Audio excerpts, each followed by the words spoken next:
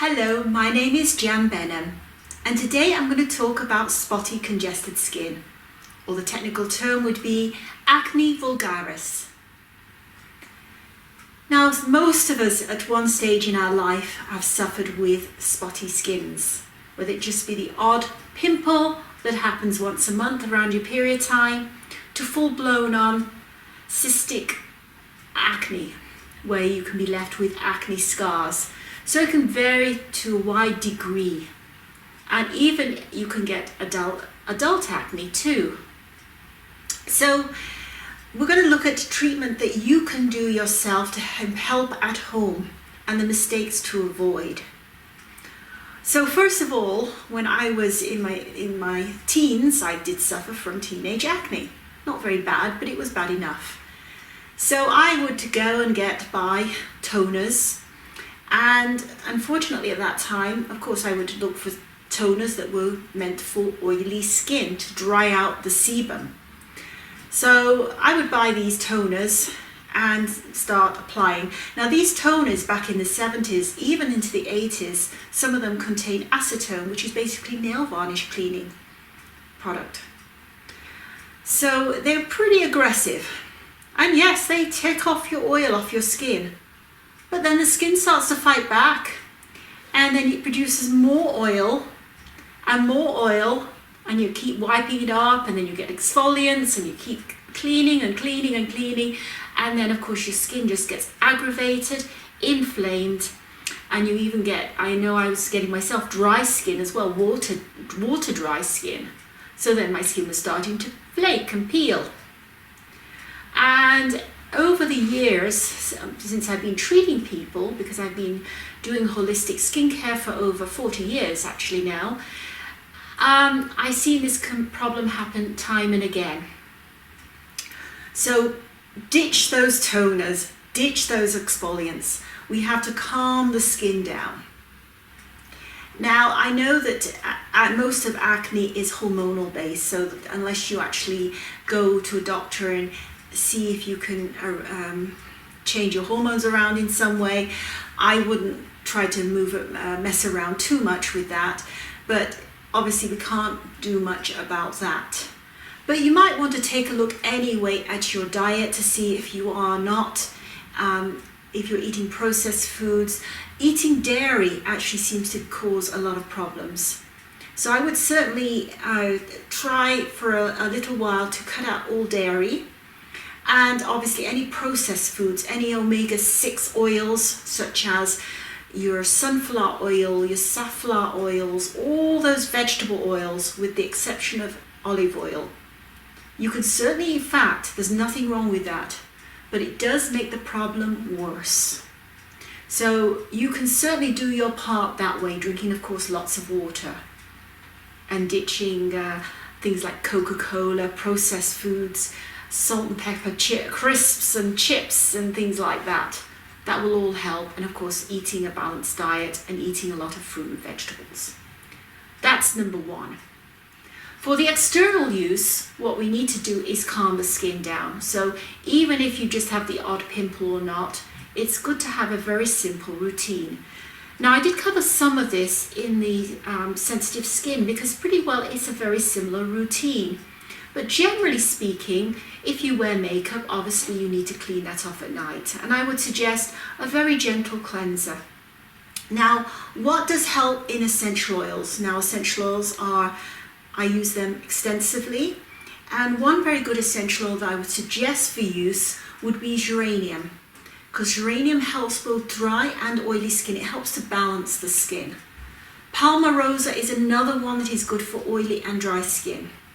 So you could use this in a cleansing lotion, for example. You could make your own basic white lotion, or find yourself a clean product that you know someone has made or a company has made that doesn't contain any parabens or any unnecessaries basically. So you want a very clean product, organic if possible, or you can make it yourself and add some geranium to it. And then you can use that to clean your face every night. And even if you don't wear makeup, it's a good idea just to make sure you clean. I wouldn't suggest using soap. Not that soap is so bad if you use cold press soap, but a lot of soaps that you buy also have perfume in them, which you don't want to be using on your skin, especially your face, and that can irritate the skin. Also, soap is alkaline by nature, your skin is acid. So if you use bar soap on your face, then it's going to change, it's not going to be good for your skin pH balance. So don't use bar soap on your skin, use a cleansing lotion that is pH balanced. Then afterwards, wipe over with some toning lotion. Now it can be very simple. It could be plain old rose water, the pure rose water I'm talking about, the hydrosol or hydrolat as it's also known.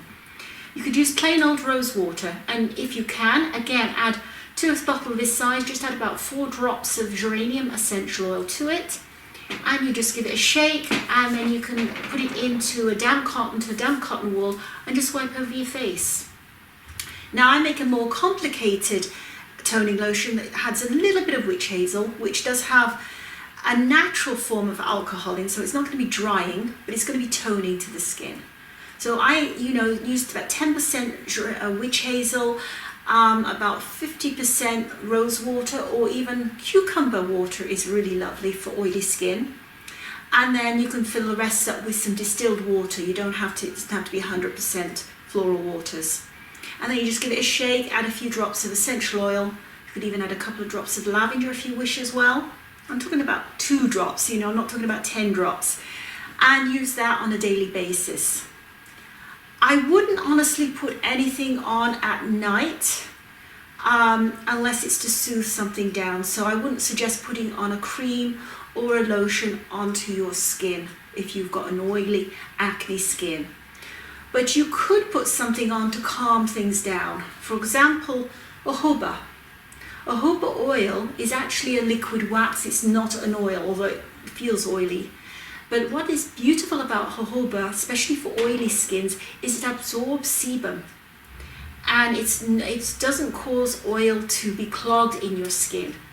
So if you wanted to add something, you could add, put a dime-sized drop or a large drop of jojoba oil in your hand. I would add just a couple of drops of something calming. So in that case, I would certainly use like a 10% Immortelle oil, which is also known as everlasting. It's also, the Latin name would be helichrysum. And I would put 1 drop of that into the jojoba oil. It's very gentle on the skin, and it soothes and calms, but it's also antiseptic and helps to heal if you've got any bacteria there. Now, usually what comes along with acne is a lot of blackheads. And you do need to remove them. There's no way around them. But I don't want you to be using these strips that strip off. Again, you're going to be damaging your skin. But you do want to get rid of them before they build up and you get spots developing. And if they get deep enough, these spots, that's when you can have scarring occurring.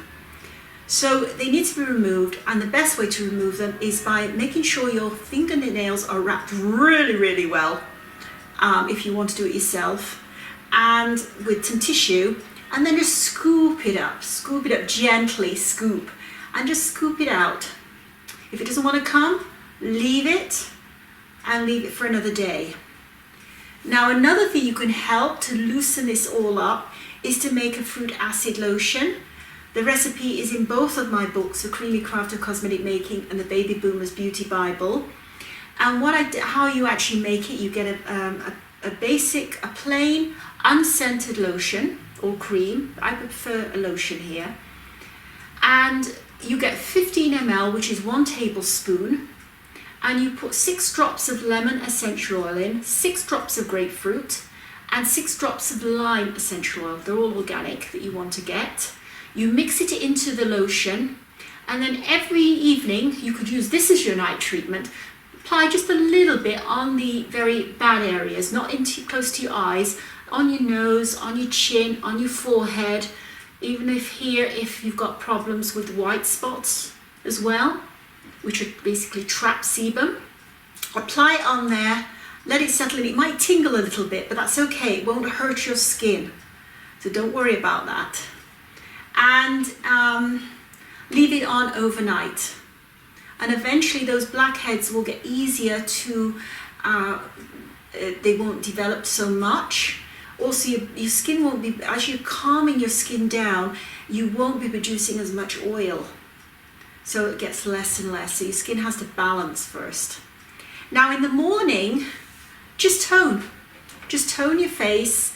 And again, if you want to put on a cream or a lotion, only if you need to. You don't need to. I mean, I would just tone it and leave it.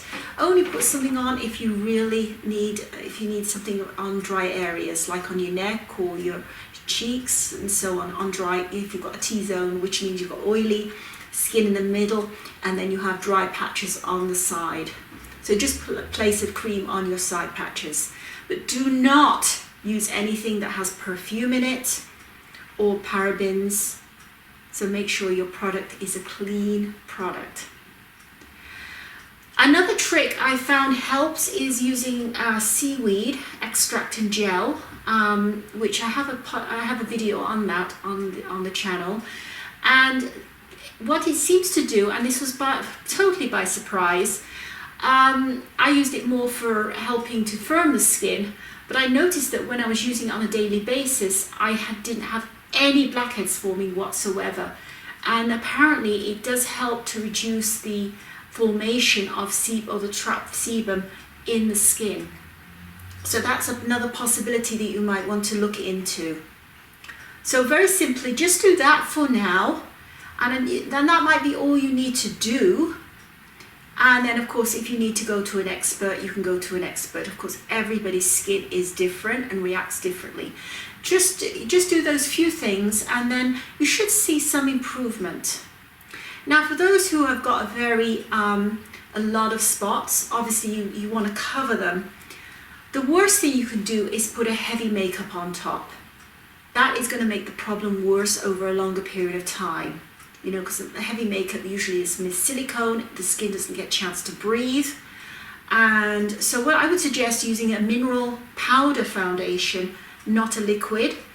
And you want a powder that is made with, preferably, I make one with oats, for example, especially made oat powder that's specially designed for cosmetic use. It's not just ground up oats.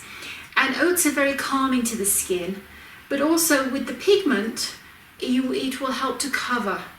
And it's usually strong enough, a good mineral foundation powder will be strong enough to cover the red patches without stopping the skin from breathing.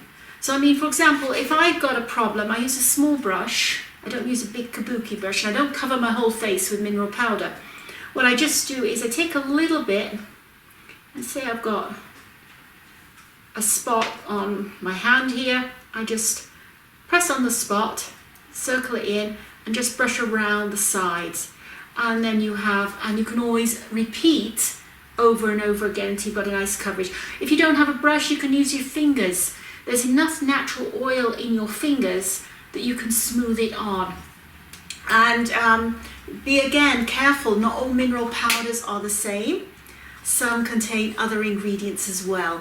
So be aware of your ingredients. You want a powder that contains zinc oxide as well, because zinc oxide helps to deflame. It's also antifungal, which is great for helping to reduce the inflammation in your skin. Now, another tip is if you get a spot that comes up overnight and you want to get rid of it fast, you could make what I call a zit zapper. And all it is you put a drop of lavender directly on the spot. Just put it on and leave it. And just make sure you don't get it in your eye. So don't put it right up here, for example. But put a spot of lavender. It seems to be the best one there. Normally I don't say put essentials directly on the skin, but in this case I would say go for it.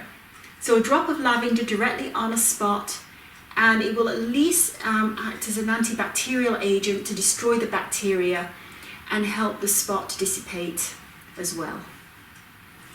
So I do hope that helps. If you have any questions, please contact me. Until next time, bye for now.